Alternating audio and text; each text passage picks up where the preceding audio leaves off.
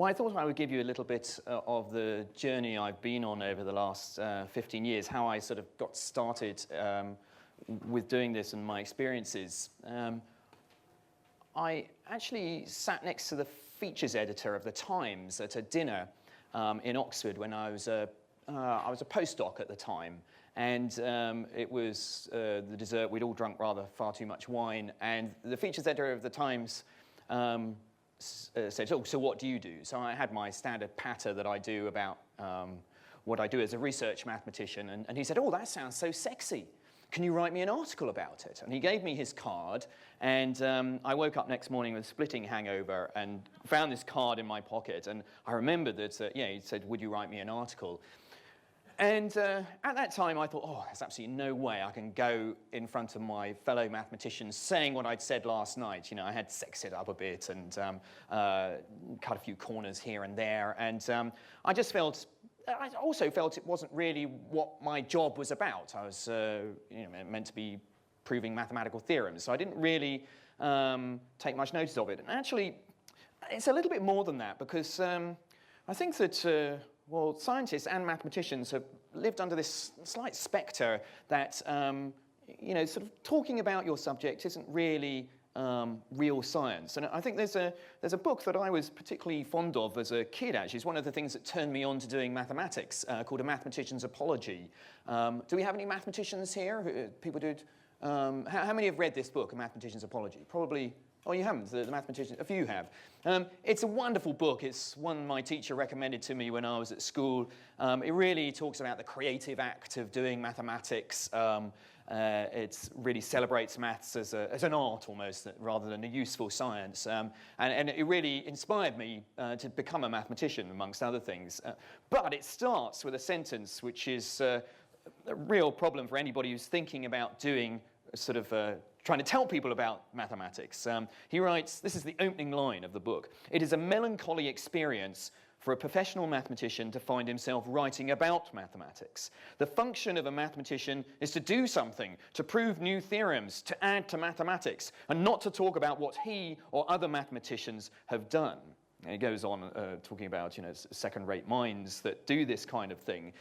So this is kind of, he wrote this, I guess he was around between the wars doing his mathematics. And I think this is what we've lived under for many years, that anyone who does sort of communication of science is a sort of second-rate scientist. And so I think this has been a really hard thing to break out of. Actually, G.H. Hardy is a sort of counterexample to his own hypothesis, that he's actually a fantastic communicator. He's one of the people who started talking about mathematics in things like A Mathematician's Apology for the public. He wrote articles to the newspaper, and he was a first-rate mathematician. But I think this is one of the problems that we've had, that there's been this feeling of this division. You do your science, and maybe you let a journalist talk about the actual science to anybody else, and maybe you'll talk to them if they ring you up, but that's not what you're really about. So I actually felt I couldn't write that article for the features editor of the Times, and I didn't pick up the phone and contact him or anything. So 3 years later, it was the same dinner in this college in Oxford, this annual dinner. And there's an old adage in Oxford that the fellows change, but the guests remain the same. So indeed, the features editor of the Times had been invited again to this dinner, and I hadn't quite left the college. And it turns out the seating plans also don't change, because I was sat next to him again 3 years later, and he said, "Oh, you never wrote me that article." And I was absolutely amazed to start with that he'd remembered 3 years later that we'd had this conversation. And I brought in that night actually a fellow of the Royal Society, a mathematician, as my guest. And there were quite a few journalists in that night. And I tried to explain my problem. It's not really what I'm meant to be doing. I'm meant to be proving theorems. I don't think you'll actually really understand what I'm doing. It's so technical. And he said, well, it's a chance to try, because you're not even trying to communicate what you're doing. And anyway, aren't you publicly funded? Don't you have a sort of responsibility to try and tell people about what our money is being spent on? And don't you think it's rather arrogant that you think that we can't understand it? And that morning, the next morning I woke up and I really did think, well, actually, yeah, maybe it is a bit arrogant, and maybe I should be trying to do this. And after all, you know, it's because of people like G.H. Hardy, Christopher Zeman, who gave the Christmas lectures. I went to them as a 13-year-old. Absolutely inspiring to see a professional mathematician enthusing 13-year-old kids about his subject. And other books that I'd read by other mathematicians bringing the subject alive. And I thought maybe I actually owe something to these people who inspired me to actually say why I find doing mathematics such an exciting thing.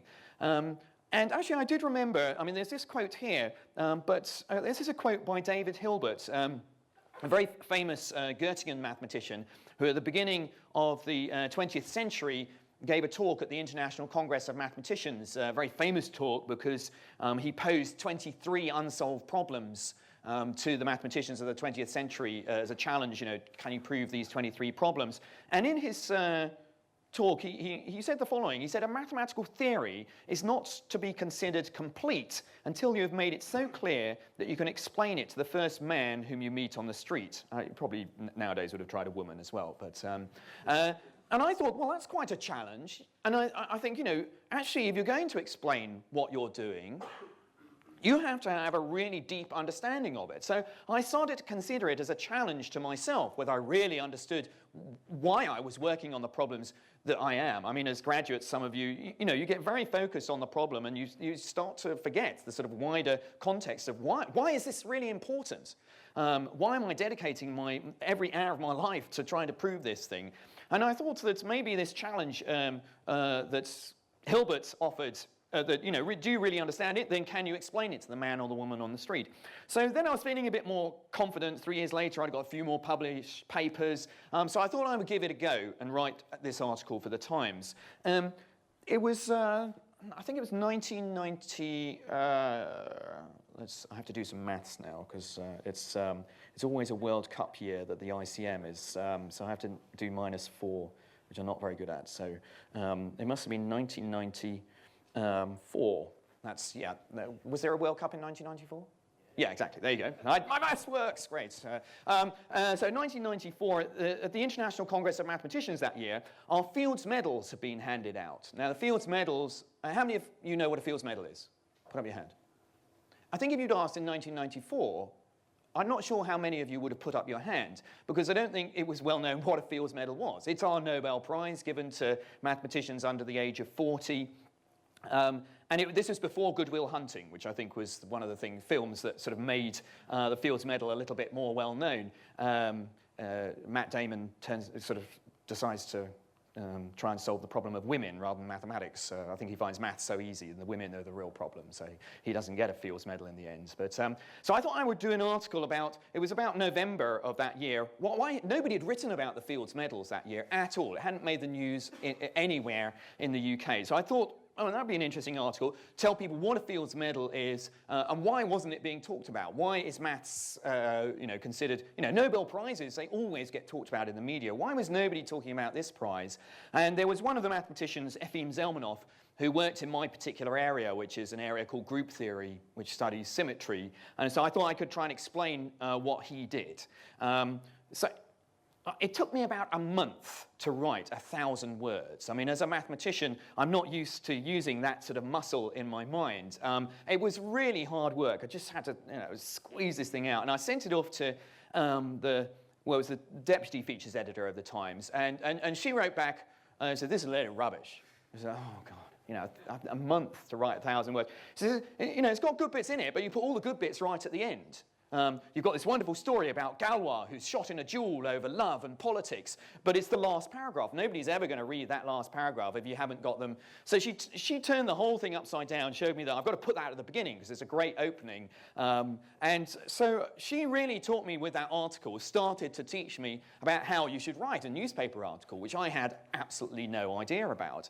And she was very helpful over the period that I wrote more and more of these articles in actually telling me how to do it. And I think despite how many courses you go on, it's only by doing the thing on the job that you really kind of get it. I mean, having this immediate feedback was really incredibly important in learning how to write an article for the newspaper. So I think this is the newspaper article. So there you are. December the 12th, eventually it appeared, 1994.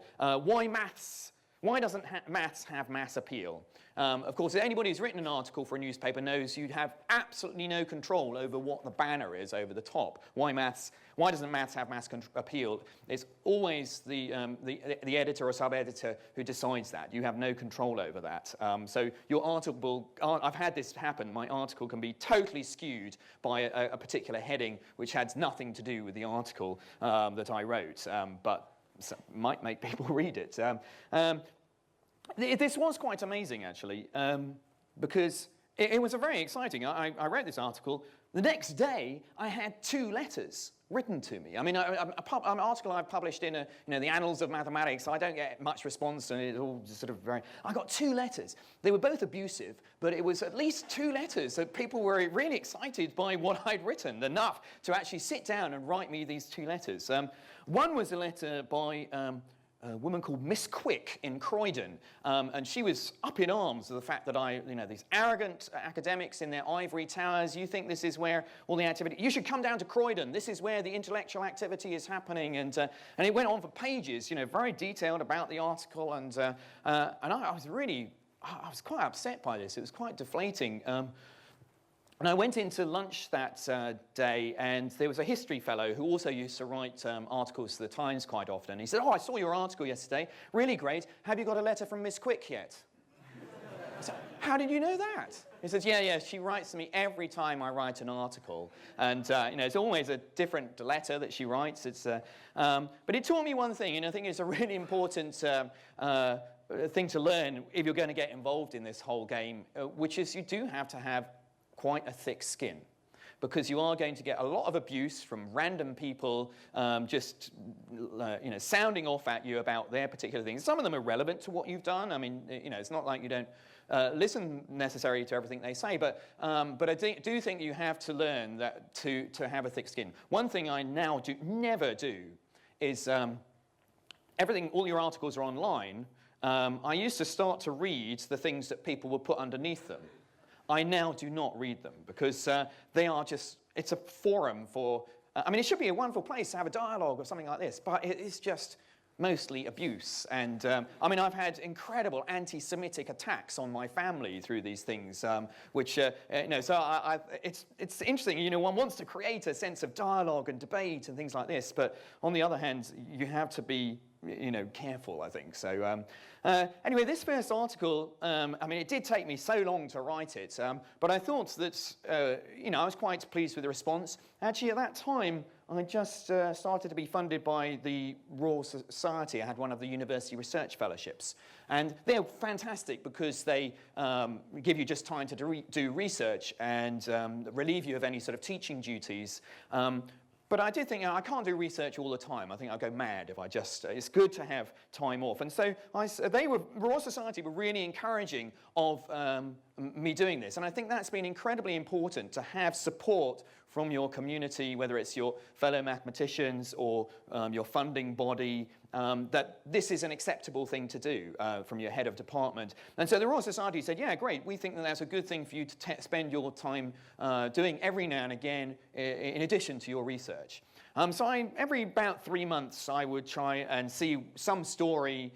I learned this idea that there has to be a tag, so something has to be happening that day or tomorrow, which is the reason that a newspaper has to write today. You have to be very fast in this game. So quite often, it might be just sort of coincidental. Perhaps a meeting starting at the Newton Institute in Cambridge about 4-dimensional geometry will give you just, everyone around the world is meeting today in Cambridge to start talking about and then you can do an article about 4-dimensional geometry, which is just the spark, is that meeting. So I used to phone up every 3 months with an idea to this deputy features editor of the Times, and it was very interesting. I again learned what works for a journalist and what doesn't. Another thing which I did learn, I'm incredibly terrified of telephones. I'm a classic mathematician who's rather shy, and I don't like sort of parties and things like this. And so picking up the telephone and actually trying to pitch an article is really against my nature. But I had to learn, if I wanted to do this, to try and break that fear of just talking to somebody I haven't a clue who they are. And I remember one time I had an idea to do an article about the Dirac equation that was done in Westminster Abbey when Dirac was there's a tomb there for a memorial for him. It was a nice equation. And I remember phoning Roger Highfield up, and he was absolutely, Roger Highfield was the science journalist guru at the Daily Telegraph, and he now is editor of New Scientist, but he was absolutely fierce with me. He says, no, that was yesterday's news, I'm not doing that. Why should I write about that? And why should you write about that? And you know, you have to be prepared to try other. Eventually, I did do an article for somebody, but again, there's that slightly thick-skinned thing of, you know, you are going to get rejection. Sometimes it's interesting what turns a journalist on. I pitched an article about well, it was Fermat's last theorem had just been proved, and I thought, oh, it'd be quite nice to try and put something back into the public imagination about a great unsolved problem. I think many people thought, oh, Fermat's last theorem, that's the last theorem, we finished maths, okay, let's move on to something else. So I thought, no, we better tell people that there are some other unsolved problems. So, I actually asked Andrew Wiles what he would sort of offer as an alternative to Fermat's last theorem. And he mentioned something which is related to the Birch-Swinnerton-Dyer conjecture. But I was quite keen to talk about the Riemann hypothesis. It was my first venture into trying to explain what the Riemann hypothesis was about. And I phoned up the features editor of the Times and described it, and she says, not sure that's going to work. What's the got a picture? I said, no. Picture of Andrew Wiles? That's boring. And then a couple of days later, I saw this fantastic Mathematica picture. Mathematica is this wonderful computer program for creating graphics. It was a Mathematica-generated picture of the Fermat curve, and it looked absolutely beautiful. So I faxed this to her, and immediately she commissioned the article. So this is what it looks like. She thought it looked so beautiful, she didn't understand very much about it. Maybe she did. But they went with it so much that they commissioned the article on the basis of just this beautiful graphic. And in fact, it hit the banner on the top that they liked it and thought it would draw people in. So I had to learn a little bit about just the way that journalists think it is a graphic can be very important into drawing somebody into a difficult article about the Riemann hypothesis. So that was quite an important thing, learning how, it's perhaps something which is happening that particular day.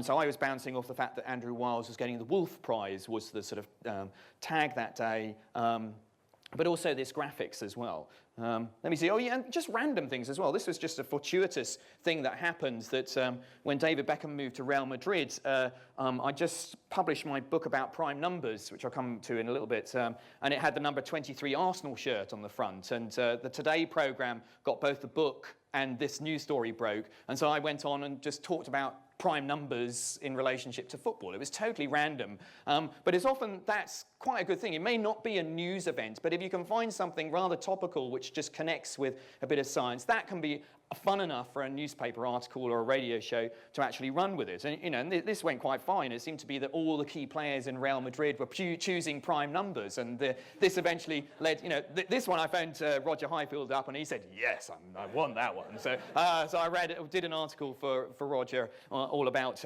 primes, and maybe Capello should change the numbers on the back of the shirts, and we might win the next round. But yeah, he hasn't asked me yet for being a mathematical advisor. Well, I'll come to the radio in a little bit. I'll just talk a little bit more about the articles. I mean, I've done a range of articles. I think, one thing, if you want to experiment somewhere to start with, I think New Scientist is a fantastic place. If you're a mathematician, they want loads more maths. They don't have enough people writing about maths. And the lovely thing about the New Scientist is you can go into a little bit of depth. They're not scared of big words. And quite often I'm asked to actually contribute more sort of science in those articles. So that's quite fun. I had a period when I was writing this column, actually, for the Times. It was because I've written for quite a few newspapers, and I have total respect for journalists who have these columns now. It was the hardest thing I did. Every Sunday would come around so quickly. It was absolutely terrifying, and I'd have to think, oh my gosh, have to think of another idea for my column on Wednesday. And that went for 2 years, but now Times have contracted, unfortunately. So, but it has been, that's a good learning place, I think, on communication, is writing these articles, 1,000 words, capturing an idea. The other thing that I got into was radio, which has been a lot of fun. I mean, I enjoy performing my mathematics, and in a way, writing is not my natural place. I like giving lectures, and I like sort of the sound of my own voice. No, which you can hear on the radio. So, and actually, did this, the Royal Society did one of these media days, which help you to write a press release, for example. In the afternoon, we did radio interviews with Peter Evans, who used to run Science Now. That was very interesting. And at the end of it, he came up to, well, I think he just said to all of us, if you've got any ideas for some science thing that we could do on Science Now, just come to me and take away a recording kit and we'll see whether we can make something.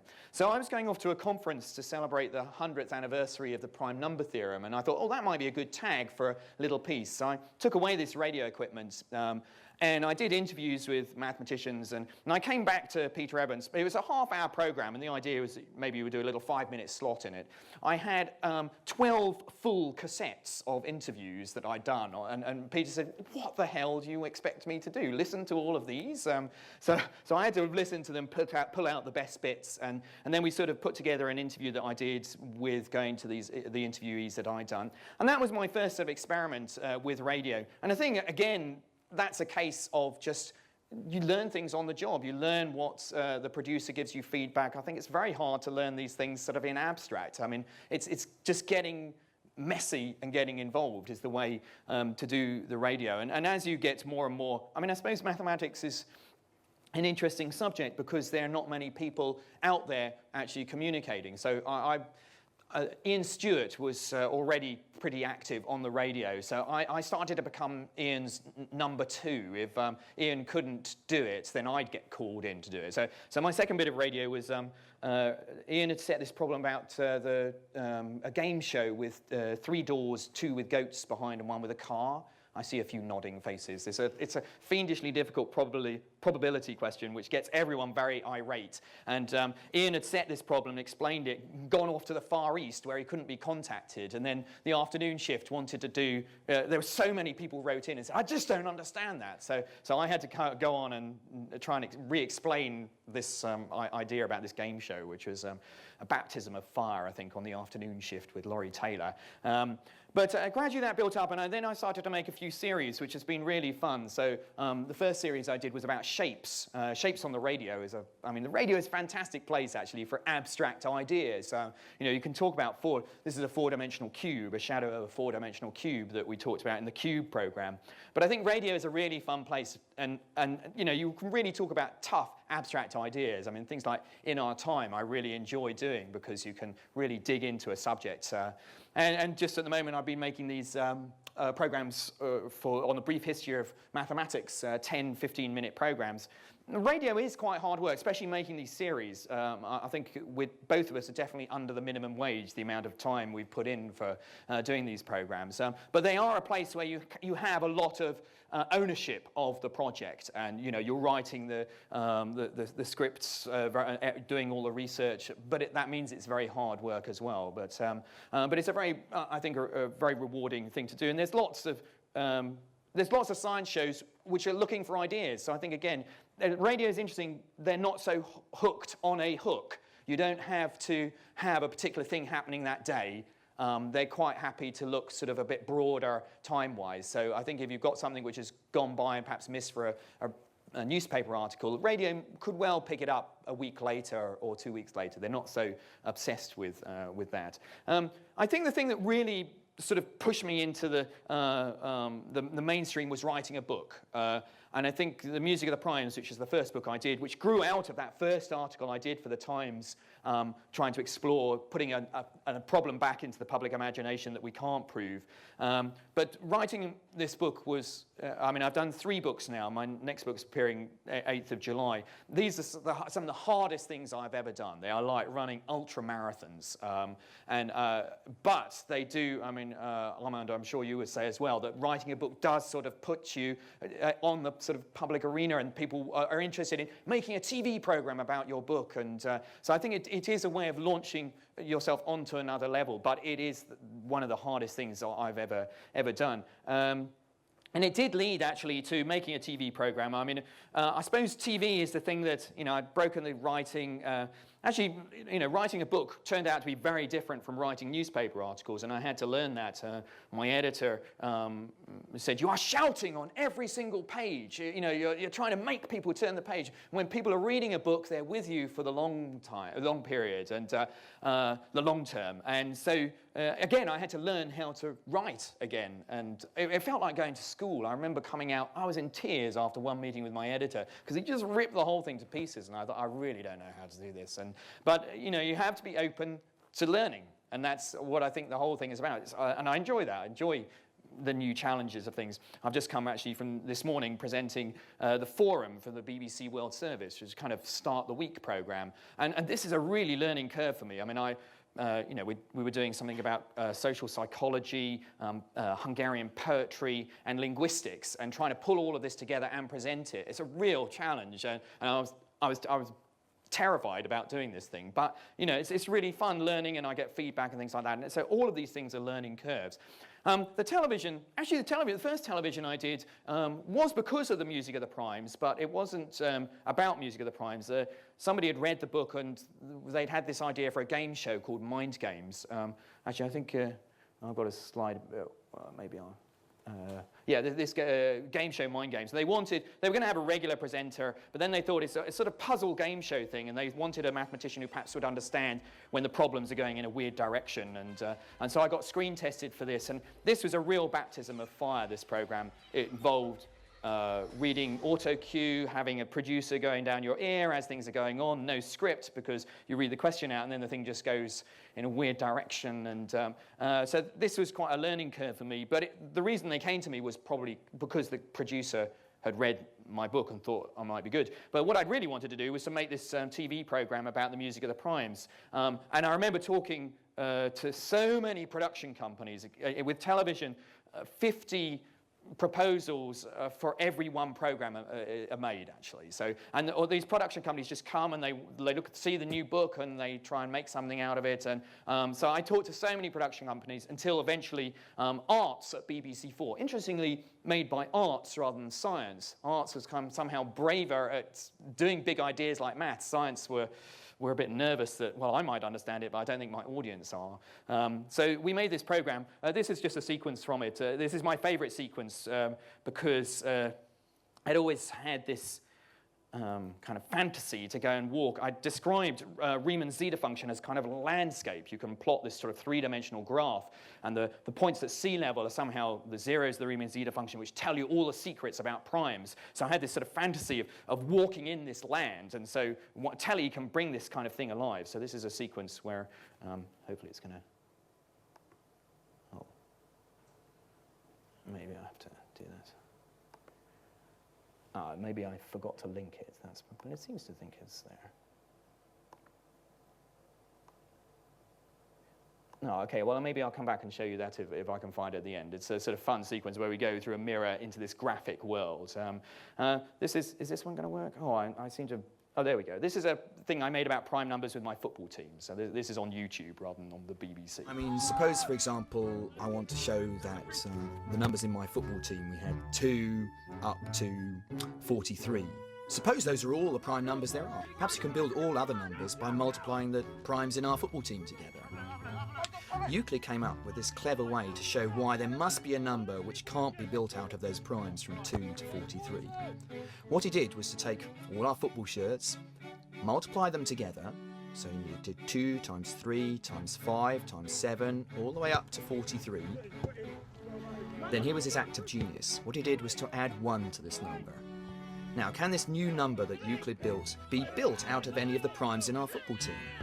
Well, no, because if you divide that number of Euclids by any of the numbers in our football team, you always get a remainder 1. And so Euclid's found a number which isn't built out of any of the primes in our football team. So there must be another football shirt with a different prime number which is helping you to build that number that Euclid's built. So this is a project I did with somebody called Alam Shahar, which some of you might know.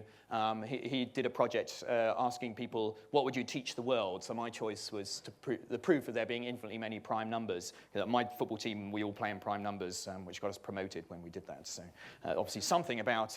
and so I think there are so many avenues now for actually making TV, not just the BBC. You know, you've got iTunes U is a great forum, I think, for trying out new things, YouTube. And this is something that we did on YouTube. It's a 5-minute thing, and that was just a short clip of it. I've done some things for Teachers TV. I mean, Teachers TV is quite a nice place because, you know, they're desperate for material for schools and things. So I did 4 programs with them. But I suppose, you know, the really big thing that we did after Music of the Primes was the Story of Maths, which was this 4 one-hour programs for BBC 4 about maths. And I think the thing about TV was that somehow the radio and newspapers were quite happy to talk about maths, but TV, there was a real nervousness. What the hell are you going to see?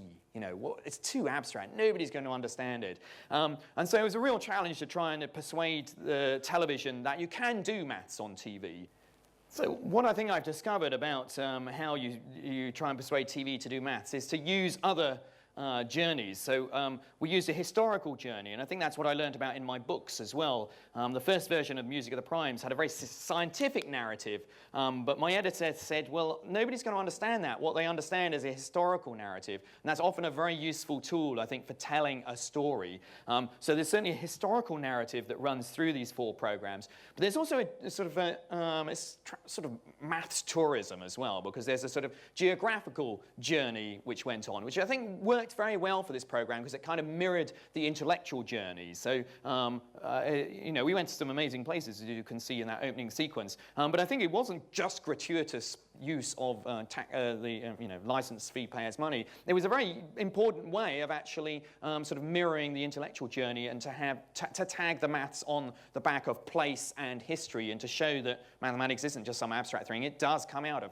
different cultures. So this was a real challenge, and it kind of led to many other things. I've done these horizons, which we can talk about a little later if you want, and I've got a big commission for a BBC 2. I mean, this is BBC 4.